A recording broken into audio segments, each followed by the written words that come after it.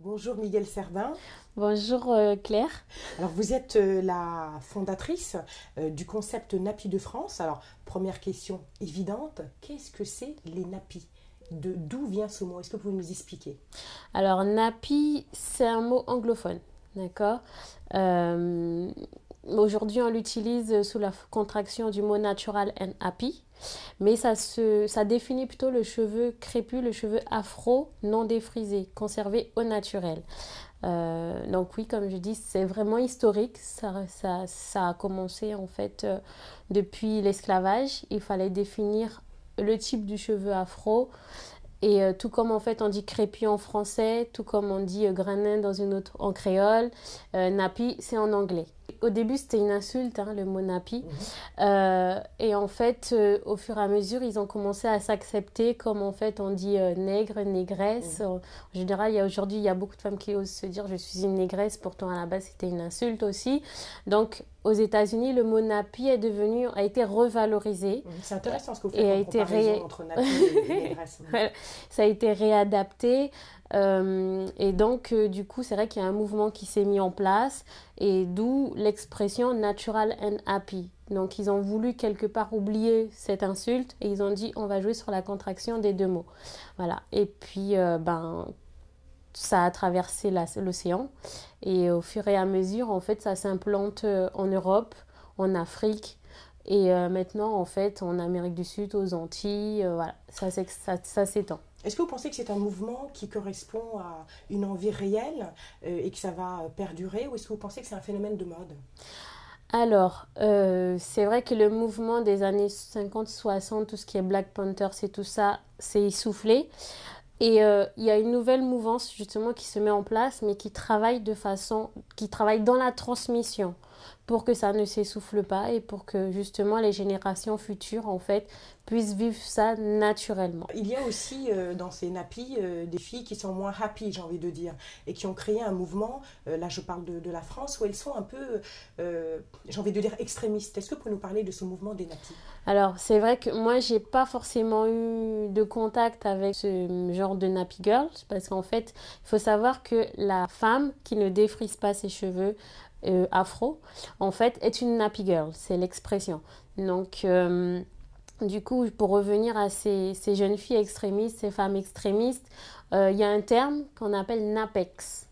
Moi, j'ai pas eu de contact direct, mais j'ai pu en fait constater que beaucoup de gens se plaignent justement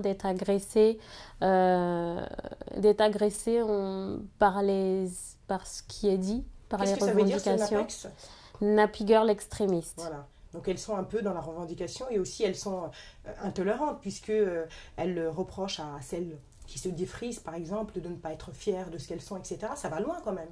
Ça peut aller loin en effet. Moi, je préfère garder des œillères parce que moi, je suis plutôt dans le côté convivial, le côté familial et plus dans le côté explication, transmission. Donc oui, ça existe. Je l'ignore pas.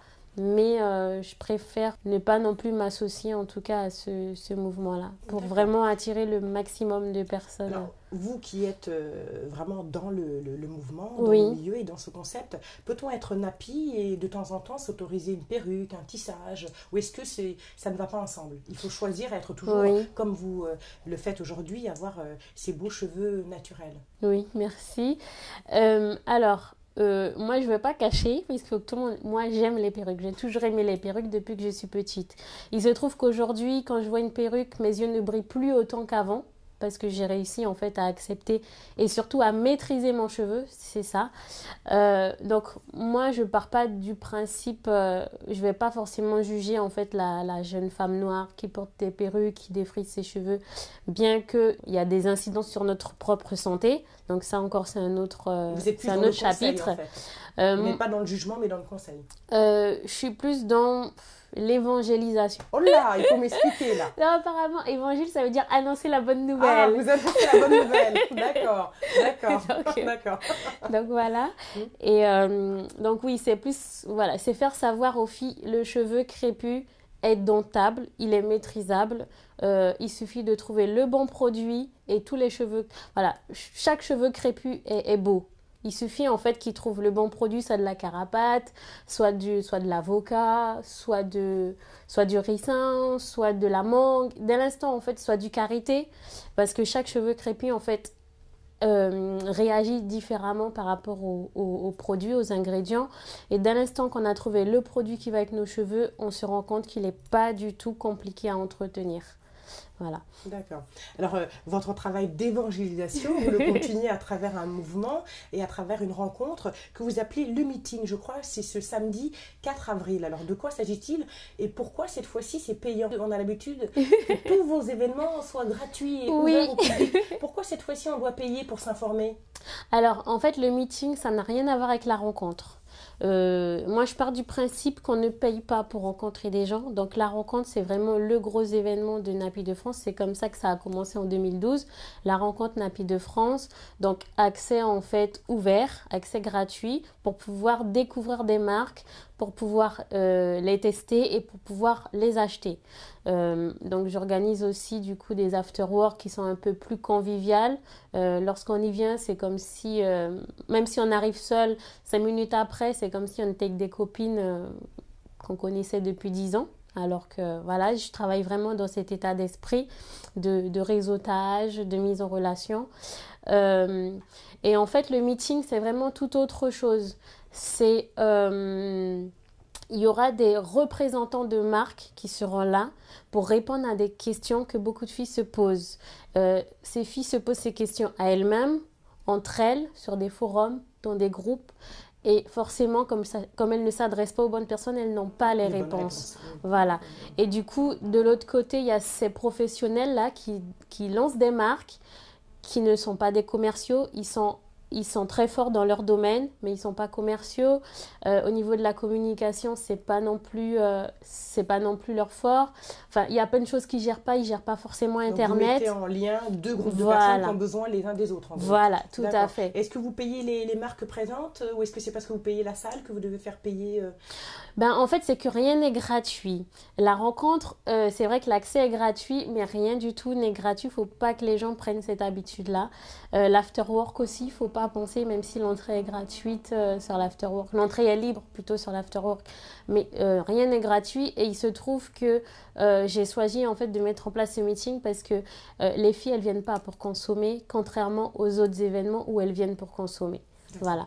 Donc c'est plus pour trouver un équilibre commercial aussi pour les marques qui viennent. D'accord. Oui. Alors je suppose que vous préparez déjà la rencontre, la 4e rencontre des Napis de France qui est prévue le samedi 12 septembre 2015. Oui. Quelques mots pour finir?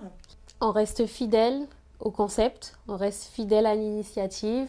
C'est toujours une entrée accessible gratuitement. C'est toujours pour les femmes noires et métissées qui ne défrisent pas leurs cheveux. C'est aussi pour des mamans blanches, caucasiennes, pour ne pas vexer tout le monde, qui ont des enfants métissés.